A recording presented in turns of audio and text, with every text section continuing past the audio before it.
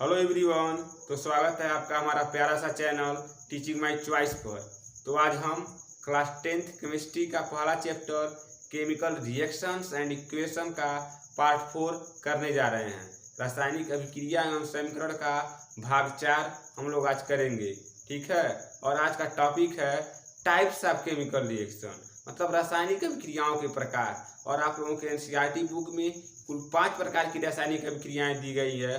कुल 5 प्रकार के टाइप्स ऑफ रिएक्शन दिए गए हैं, जिसमें पहला है संयोजन अभिक्रिया, जिसे इंग्लिश में कहते हैं कंबाइनेशन रिएक्शन। फिर उसके बाद दूसरा है वियोजन अभिक्रिया या विघटन अभिक्रिया, जिसे इंग्लिश में कहते हैं डीकम्पोजिशन रिएक्शन। और तीसरा है विस्थापन अभिक्रिया, जिसे इंग्लिश में कहते हैं डिस्प्लेसमेंट रिएक्शन। उसके बाद चौथा है द्विविस्थापन अभिक्रिया, जिसे इंग्लिश में कहते हैं डबल डिस्प्लेसमेंट रिएक्शन। उसके बाद पांचवा है उपचयन एवं अपचयन अभिक्रिया, जिसे इंग्लिश में कहते हैं रेडॉक्स अभिक्रिया, रेडॉक्स रिएक्शन, ठीक है।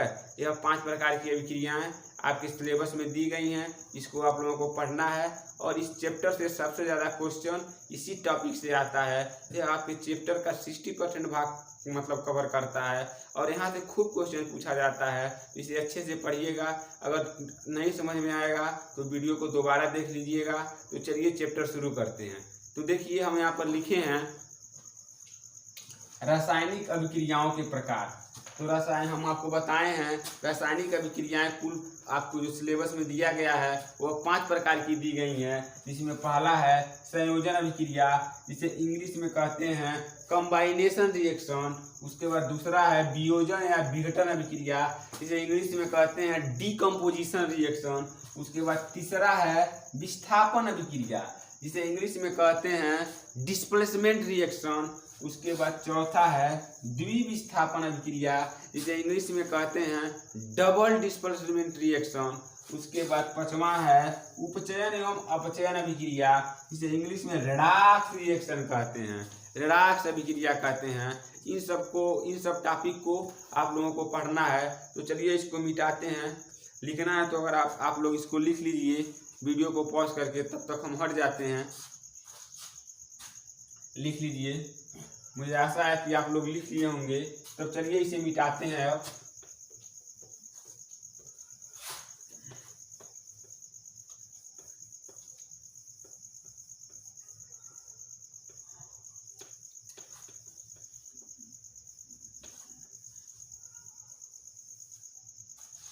तो अभी हम आप लोगों को बताए हैं कि टाइप्स ऑफ केमिकल रिएक्शन, मतलब रासायनिक अभिक्रिया 5 प्रकार की होती हैं। पहला संयोजन अभिक्रिया, जिसे कंबाइनेशन रिएक्शन कहते हैं। दूसरा है वियोजन अभिक्रिया या विघटन अभिक्रिया, जिसे डीकम्पोजिशन रिएक्शन कहते हैं। तीसरा है विस्थापन अभिक्रिया, जिसे डिस्प्लेसमेंट रिएक्शन कहते हैं। चौथा है द्विविस्थापन अभिक्रिया, जिसे डबल डिस्प्लेसमेंट रिएक्शन कहते हैं। पांचवा है उपचयन एवं अपचयन अभिक्रिया, जिसे इंग्लिश में रेडॉक्स अभिक्रिया कहते हैं। तो इन सब अभिक्रियाओं का विस्तृत वर्णन आपके बुक में दिया गया है। तो इनमें से हम लोग पहला लेते हैं संयोजन अभिक्रिया। तो हेडिंग लगाइएगा संयोजन अभिक्रिया, ठीक है। तो आइए सबसे पहले इसको देखते हैं, संयोजन अभिक्रिया किसे कहते हैं, इसको डिफाइन कर लेते हैं। तो लिखिएगा ऐसी अभिक्रिया जिसमें 2 या 2 से अधिक ऐसे अभिकारक जो आपस में अभिक्रिया करके एक एकल उत्पाद का निर्माण करते हैं, तो इस प्रकार की अभिक्रिया को संयोजन अभिक्रिया कहते हैं। हम डिफिनेशन एक बार और बोल दे रहे हैं, आप लोग इसे अच्छे से कनेक्ट करके लिख लीजिएगा। हम बोल रहे हैं ऐसी अभिक्रिया जिसमें 2 या 2 से अधिक अभिकारक आपस में अभिक्रिया करके एक एकल उत्पाद का निर्माण करते हैं, तो इस प्रकार की अभिक्रिया को संयोजन अभिक्रिया कहते हैं। हमारी बातों पर ध्यान दीजिए। हम बोल रहे हैं ऐसी अभिक्रिया जिसमें 2 या 2 से अधिक अभिकारक आपस में अभिक्रिया करके एक एकल उत्पाद का निर्माण करते हैं। मतलब जो पदार्थ नया बनता है वो एकल बनता है, अकेले बनता है, एक एकल पदार्थ का निर्माण करते हैं। तो इस प्रकार की अभिक्रिया को संयोजन अभिक्रिया कहते हैं। अब संयोजन अभिक्रिया का कुछ उदाहरण है जो हम आपको बता रहे हैं। इसमें से पहला आपके बुक में दिया गया है, जब हम कैल्शियम ऑक्साइड CaO, इसका नाम है कैल्शियम ऑक्साइड, इसे कहते हैं बिना बुझा हुआ चूना। CaO, इसका नाम है कैल्शियम ऑक्साइड, इसे कहते हैं बिना बुझा हुआ चूना। जब हम कैल्शियम ऑक्साइड को पानी में डालते हैं, H2O में डालते हैं, वाटर में डालते हैं, तो क्या होता है, यहाँ पर कैल्शियम हाइड्रोक्साइड बनता है COOH के होल ट्वाइस, इसे कहते हैं कैल्शियम हाइड्रोक्साइड। जब हम बिना बुझा हुआ चूना को, इसे कैल्शियम ऑक्साइड कहते हैं, को जल में डालते हैं, H2O में डालते हैं, तो मुझे मिलता है कैल्शियम हाइड्रोक्साइड, जिसका सूत्र है CaOH के होल ट्वाइस, इसे कहते हैं कैल्शियम हाइड्रोक्साइड। यह बुझा हुआ चूना है। ओके बच्चों, और यहाँ पर कुछ हीट निकलती है जिसे ऊष्मा कहते हैं, यहाँ पर कुछ ऊष्मा निकलती है। यह प्रयोग आप लोग किए भी होंगे। जब आप बाजार से जो चूना खरीद के लाते हैं, वह कौन चूना रहता है, वह कैल्शियम ऑक्साइड रहता है, बिना बुझा हुआ चूना रहता है। और जब आप उसको पानी में डालते हैं तो क्या होता है, वह बदकने लगता है और ऊष्मा बाहर निकलती है, और तुरंत थोड़ा सा बाल्टी गर्म, मतलब जिस पात्र में डालते हैं वह पात्र गर्म हो जाता है। तो इससे क्या निष्कर्ष निकल रहा है, वहां पर ऊष्मा भी निकलती है। तो संयोजन अभिक्रिया का उदाहरण है, जब हम कैल्शियम ऑक्साइड को, जिसे बिना बुझा हुआ चूना कहते हैं, जल में डालते हैं तो कैल्शियम हाइड्रोक्साइड बनता है, जिसका सूत्र होता है CaOH का होल ट्वाइस, इसको कैल्शियम हाइड्रोक्साइड कहते हैं, जिसे बुझा हुआ चूना कहते हैं, और प्लस ऊष्मा निकलती है। अब आइए एक और उदाहरण द्वारा इसको समझते हैं। और दूसरा उदाहरण है कोयले का दहन। जब कोयले का दहन होता है, कोयले में क्या होता है, कार्बन होता है, ठीक। जब कार्बन का दहन होता है, कोयले का दहन होता है ऑक्सीजन की उपस्थिति में, मतलब जब कोयले को ऑक्सीजन की उपस्थिति में जलाते हैं तो क्या होता है, कार्बन डाइऑक्साइड गैस निकलती है, ठीक, और प्लस ऊष्मा निकलती है, हीट निकलती है। जब आप कोयले को ऑक्सीजन की, कोयले में क्या रहता है, जब आप कोयले में क्या रहता है, कार्बन रहता है। जब आप कोयले को ऑक्सीजन की उपस्थिति में जलाते हैं तो कार्बन डाइऑक्साइड गैस निकलती है और प्लस ऊष्मा निकलती है। यह भी कंबाइनेशन रिएक्शन का उदाहरण है। हम डिफिनेशन में बोले हैं, ऐसी अभिक्रिया जिसमें दो या दो से अधिक अभिकारक आपस में अभिक्रिया करके एक एकल उत्पाद का निर्माण करते हैं। यहाँ पर देखो क्या बन रहा है, जब कैल्शियम ऑक्साइड जल में डाला जा रहा है तो कैल्शियम हाइड्रोक्साइड बन रहा है, यह एकल बन रहा है। जब कार्बन का दहन किया, जब कोयले का दहन किया जा रहा है तो कार्बन डाइऑक्साइड बन रही है, यहाँ पर एकल प्रोडक्ट बन रहा है। यह किसका उदाहरण है, यह कंबाइनेशन रिएक्शन का उदाहरण है, यह संयोजन अभिक्रिया का उदाहरण है। तीसरा उदाहरण आइए लेते हैं। जब हम सल्फर को ऑक्सीजन की उपस्थिति में जलाते हैं तो क्या मिलता है, सल्फर डाइऑक्साइड मिलता है, SO2 गैस मिलता है।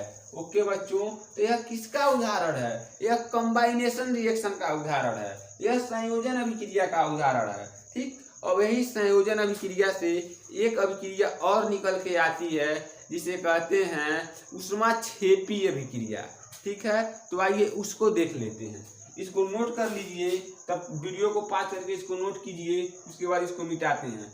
मुझे आशा है कि आप लोग नोट कर चुके होंगे। अब आइए इसको मिटाते हैं।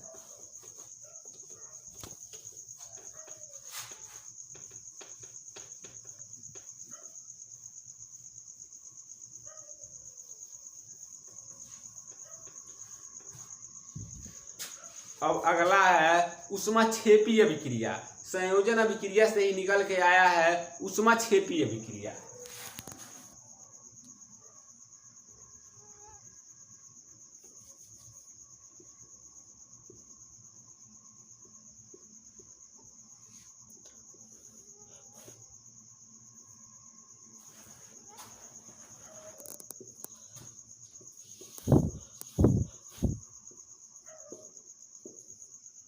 ठीक, अब देखो संयोजन अभिक्रिया से ही निकल के आया है ऊष्माक्षेपी अभिक्रिया। अब ऊष्माक्षेपी अभिक्रिया किसे कहते हैं, तो सबसे पहले आइए इसको डिफाइन कर लेते हैं। तो लिखिएगा, हेडिंग लगाइएगा ऊष्माक्षेपी अभिक्रिया, और उसमें लिखिएगा ऐसी अभिक्रिया जिसमें ऊष्मा निकलती है ऊष्माक्षेपी अभिक्रिया कहलाती है। डिफिनेशन को एक बार और बोल दे रहे हैं, ऐसी अभिक्रिया जिसमें ऊष्मा निकलती है ऊष्माक्षेपी अभिक्रिया कहलाती है। और ऊष्माक्षेपी अभिक्रिया का उदाहरण है, देखिए जैसे जब आप कैल्शियम हाइड्रोक्साइड को CaO को जल में डालते हैं, H2O में डालते हैं, तो क्या होता है, कैल्शियम हाइड्रोक्साइड बनता है, CaOH का होल ट्वाइस, जिसे कहते हैं कैल्शियम हाइड्रोक्साइड बनता है, प्लस ऊष्मा निकलती है। तो हम क्या बोल रहे हैं, ऊष्माक्षेपी अभिक्रिया किसे कहते हैं, ऐसी अभिक्रिया जिसमें ऊष्मा निकलती है। हम बोल रहे हैं ऐसी अभिक्रिया जिसमें ऊष्मा निकलती है। यहाँ क्या हो रहा है, इसमें ऊष्मा निकल रहा है, तो यह कैसी अभिक्रिया है, ऊष्माक्षेपी अभिक्रिया है।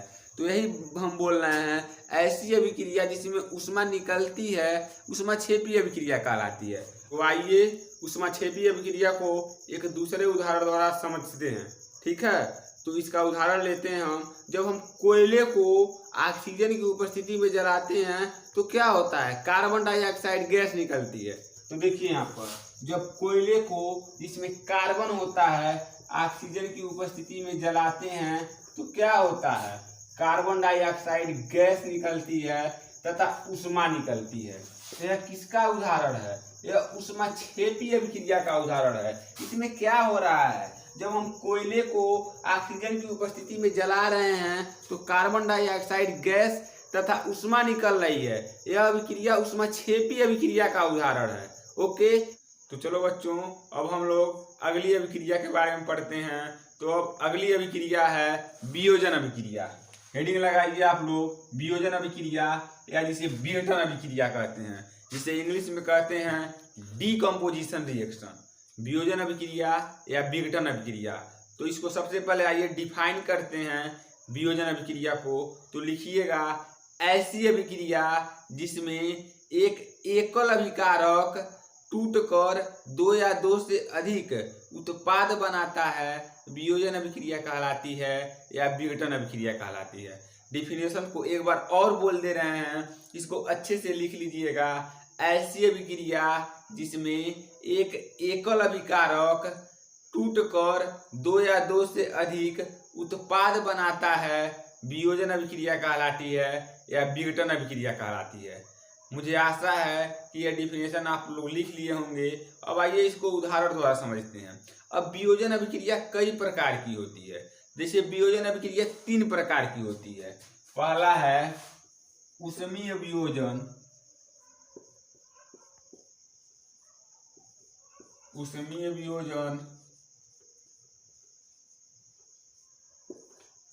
दूसरा है प्रकाश द्वारा वियोजन,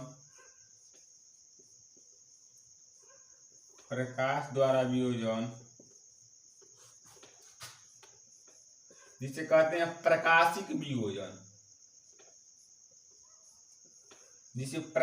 वियोजन कहते हैं। और तीसरा है आपका विद्युत द्वारा वियोजन।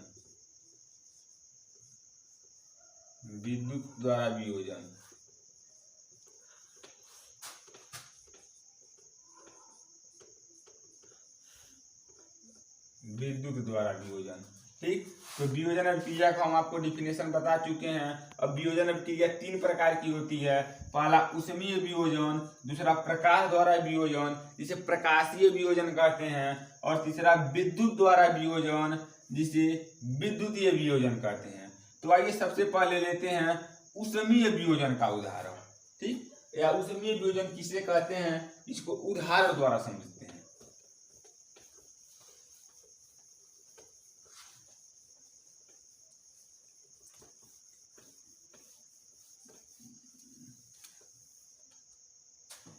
अब सबसे पहले देखिए, हम लोग देखते हैं ऊष्मीय वियोजन। तो हेडिंग लगाइए आप लोग, ऊष्मीय वियोजन।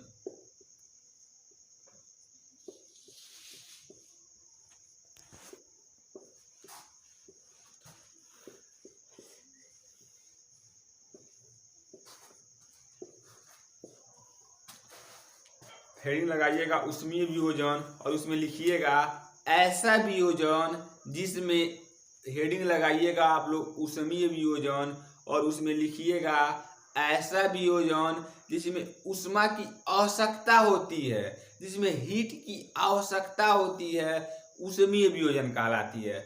डिफिनेशन को एक बार और बोल दे रहे हैं, इसको लिख लीजिएगा। ऐसा वियोजन जिसमें ऊष्मा की आवश्यकता होती है, ऊष्मीय वियोजन कहलाता है। ओके, इसको एक उदाहरण द्वारा आइए समझ लेते हैं। इसका उदाहरण है, मान लीजिए आप कैल्शियम कार्बोनेट CaCO3, इसको कहते हैं CaCO3, जिसका नाम है कैल्शियम कार्बोनेट। नाम याद रखिएगा बच्चों, क्योंकि हर एक कंपाउंड का नाम इंपॉर्टेंट होता है। ओके, एक कैल्शियम कार्बोनेट है CaCO3। जब CaCO3 को गर्म करते हैं, मतलब ऊष्मा देते हैं, इसको हीट देते हैं, तो क्या होता है, जो कैल्शियम कार्बोनेट है वह टूट जाता है कैल्शियम ऑक्साइड और कार्बन डाइऑक्साइड गैस में। CaO को क्या बोलते हैं बच्चों, कई बार बता चुके हैं। CaO को कैल्शियम ऑक्साइड बोलते हैं, जिसे बिना बुझा हुआ चूना कहते हैं, और प्लस कार्बन डाइऑक्साइड गैस निकलती है। बस, जब हम कैल्शियम कार्बोनेट को ऊष्मा दे रहे हैं तब क्या बन रहा है, कैल्शियम ऑक्साइड बन रहा है तथा कार्बन डाइऑक्साइड गैस निकल रही है। तो इस प्रकार के वियोजन को कौन सा वियोजन कहते हैं, तो इस प्रकार के वियोजन को ऊष्मीय वियोजन कहते हैं। ओके बच्चों, अब आओ दूसरा उदाहरण समझते हैं। आपके बुक में दिया गया है लेड नाइट्रेट PbNO3 का होल ट्वाइस। जब लेड नाइट्रेट को PbNO3, नाम याद रखना बच्चों, क्योंकि कभी कभी नाम पर क्वेश्चन आ जाता है। PbNO3 का होल ट्वाइस, जिसे कहते हैं लेड नाइट्रेट। जब लेड नाइट्रेट को गर्म किया जाता है, हीट किया जाता है, यह सिंबल हीट का है। जब लेड नाइट्रेट को PbNO3 का होल ट्वाइस, जिसे लेड नाइट्रेट कहते हैं, जब लेड नाइट्रेट को हीट किया जाता है तो क्या बनता है, लेड ऑक्साइड बनता है, जिसे कहते हैं PbO। PbO को कहते हैं लेड ऑक्साइड। लेड ऑक्साइड बनता है, प्लस NO2 गैस निकलती है, जिसे नाइट्रोजन ऑक्साइड कहते हैं। नाइट्रोजन ऑक्साइड, NO2 गैस निकलती है, प्लस O2 गैस निकलती है, ऑक्सीजन गैस निकलती है, O2 गैस निकलती है। ठीक, जब हम लेड नाइट्रेट को गर्म करते हैं, ऊष्मा देते हैं, तो क्या होता है, लेड ऑक्साइड बनता है, NO2 गैस निकलती है, नाइट्रोजन ऑक्साइड गैस निकलती है, जो नीले हरे रंग का होती है, और O2 गैस निकलती है। यह किसका उदाहरण है, जब कैल्शियम कार्बोनेट को हीट किए, ऊष्मा दिए, तो कैल्शियम ऑक्साइड बना तथा कार्बन डाइऑक्साइड गैस निकली। जब लेड नाइट्रेट को हीट किए, ऊष्मा दिए, तो लेड ऑक्साइड बना, NO2 नाइट्रोजन ऑक्साइड गैस निकली, जो नीले हरे रंग की होती है, और ऑक्सीजन गैस निकली। यह किसका उदाहरण है, यह ऊष्मीय वियोजन का उदाहरण है, जो आपसे पूछा जा सकता है। आपसे इस तरह क्वेश्चन पूछा जा सकता है, क्या होता है जब, व्हाट हैपेंस व्हेन, क्या होता है जब लेड नाइट्रेट को गर्म किया जाता है, क्या होता है जब कैल्शियम कार्बोनेट को गर्म किया जाता है। आपसे इस तरह क्वेश्चन पूछा जाएगा। ओके बच्चों, तो आइए अब नेक्स्ट देखते हैं, प्रकाश के द्वारा वियोजन, मतलब प्रकाशीय वियोजन किस तरह होता है। तो सबसे पहले आइए इसको मिटा लेते हैं, उसके बाद देखते हैं।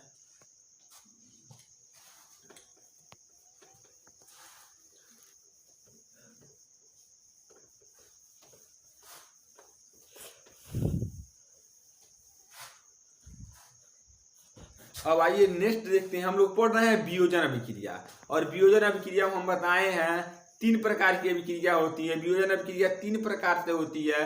पहला ऊष्मीय वियोजन, दूसरा प्रकाशीय वियोजन, तीसरा विद्युतीय वियोजन, जिसमें हम लोग पढ़ चुके हैं ऊष्मीय वियोजन। अब दूसरा पढ़ने जा रहे हैं प्रकाशिक वियोजन।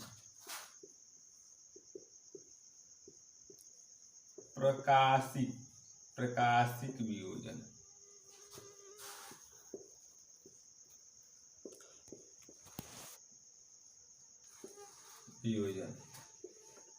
मतलब प्रकाश द्वारा वियोजन। ठीक, तो इसमें देखिए, तो ऐसी अभिक्रिया जिसमें प्रकाश देने पर, जिसमें लाइट देने पर वह टूट जाती है, वह विघटित हो जाती है, तो इस प्रकार की अभिक्रिया को प्रकाशीय वियोजन कहते हैं। ऐसी डिफिनेशन हम एक बार और बोल दे रहे हैं प्रकाशीय वियोजन का, ऐसी वियोजन अभिक्रिया जिसमें लाइट देने पर, प्रकाश देने पर वह टूट जाता है, प्रकाशिक वियोजन अभिक्रिया कहलाता है। आइए इसको एक उदाहरण द्वारा समझते हैं। ठीक, आप लोग डिफिनेशन अच्छे से लिख लीजिएगा। ऐसी अभिक्रिया जिसमें प्रकाश देने पर, जिसमें लाइट देने पर वह दो भागों में टूट जाता है, इस प्रकार के वियोजन को प्रकाशिक वियोजन कहते हैं। आइए इसको एक उदाहरण द्वारा समझते हैं। जब हम सिल्वर क्लोराइड AgCl को प्रकाश की उपस्थिति में रखते हैं तो क्या होता है, AgCl Ag में तथा Cl2 तथा Cl chlorine Ag silver Ag में तथा क्लोरीन Cl2 गैस के रूप में अलग अलग टूट जाते हैं। तो इस प्रकार के वियोजन को कौन सा वियोजन कहते हैं, तो इस प्रकार के वियोजन को प्रकाशिक वियोजन कहते हैं। तो आइए इसे उदाहरण द्वारा समझते हैं। हम बोल रहे हैं प्रकाशिक वियोजन में ऐसा वियोजन जिसमें प्रकाश देने पर, जिसमें लाइट देने पर जो कंपाउंड होता है वह दो अलग अलग भागों में टूट जाता है, तो इस प्रकार के वियोजन को प्रकाशिक वियोजन कहते हैं। बस, तो आइए इसको एक उदाहरण द्वारा समझ लेते हैं। जब हम AgCl को, AgCl क्या है, सिल्वर क्लोराइड है, जब AgCl को हम प्रकाश की उपस्थिति में रखते हैं तो क्या होता है, जो AgCl है वो Ag तथा Cl2 में टूट जाता है, Cl2 गैस के रूप में निकल जाती है। ठीक, जब हम सिल्वर क्लोराइड को प्रकाश की उपस्थिति में रखते हैं तो सिल्वर क्लोराइड में सिल्वर Ag के रूप में टूट जाता है तथा Cl क्लोरीन Cl2 के रूप में टूट जाता है। तो इस प्रकार के वियोजन को प्रकाशिक वियोजन कहते हैं। इसी प्रकार हम AgBr ले लेते हैं। जब सिल्वर ब्रोमाइड को प्रकाश की उपस्थिति में रखते हैं तो क्या होता है, तो जब हम सिल्वर ब्रोमाइड को, AgBr को कहते हैं सिल्वर ब्रोमाइड, जब सिल्वर ब्रोमाइड को और AgCl को बोलते हैं सिल्वर क्लोराइड।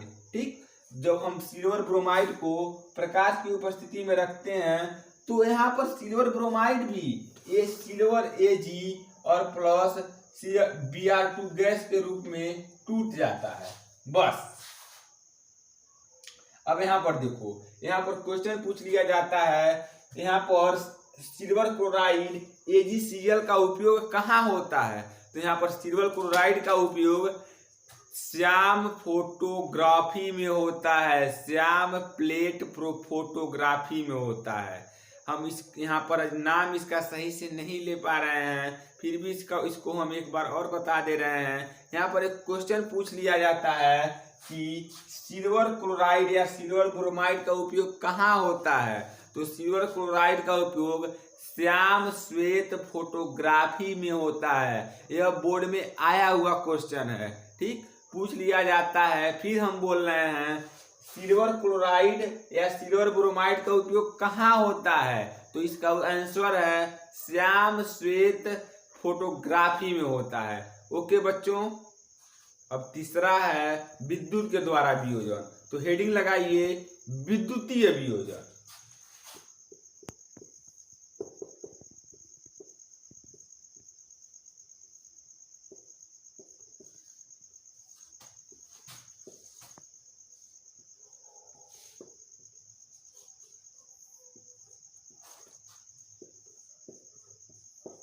विद्युतीय वियोजन। ठीक, तो आइए सबसे पहले इसको डिफाइन कर लेते हैं। ऐसा वियोजन लिखिएगा, ऐसा वियोजन जिसमें विद्युत धारा को प्रवाहित करने से कोई यौगिक या कोई अणु दो अलग अलग भागों में टूट जाता है, तो इस प्रकार के वियोजन को विद्युतीय वियोजन कहते हैं। डिफिनेशन को एक बार और सुन लीजिए और लिख लीजिए। ऐसा वियोजन जिसमें विद्युत धारा प्रवाहित करने पर कोई कंपाउंड, कोई यौगिक दो अलग अलग भागों में टूट जाता है, दो अलग अलग भागों में बिखर जाता है, विद्युतीय वियोजन कहलाता है। आइए इसको एक उदाहरण द्वारा समझते हैं। मान लीजिए H2O है जिसे जल कहते हैं। जब हम H2O में विद्युत धारा प्रवाहित करते हैं, करंट प्रवाहित करते हैं, तो क्या होता है, जो H2O होता है, यह क्या है, H2O जल है। जब जल में विद्युत धारा प्रवाहित करते हैं तो जल हाइड्रोजन गैस तथा ऑक्सीजन गैस में टूट जाता है। जब हम जल में विद्युत धारा को प्रवाहित करते हैं तो जल हाइड्रोजन गैस तथा ऑक्सीजन गैस में टूट जाता है। तो हम डिफिनेशन में अपने क्या बोल रहे हैं, ऐसा वियोजन जिसमें विद्युत धारा को प्रवाहित करने से जो कंपाउंड होता है, जो यौगिक होता है, वो दो अलग अलग भागों में टूट जाता है। तो इस प्रकार के वियोजन को विद्युतीय वियोजन कहते हैं। जैसे जब हम यहाँ जल में विद्युत धारा का प्रवाह किए तो जल हाइड्रोजन गैस तथा O2 गैस में टूट गया। यहाँ पर बैलेंस नहीं है तो इसको 1/2 से गुणा कर दिए तो यह पूरा रिएक्शन बैलेंस हो गया। अब वियोजन अभिक्रिया के अंतर्गत ही आता है ऊष्माशोषी अभिक्रिया। तो आइए इसको समझ लेते हैं। तो हेडिंग लगाइएगा ऊष्माशोषी अभिक्रिया।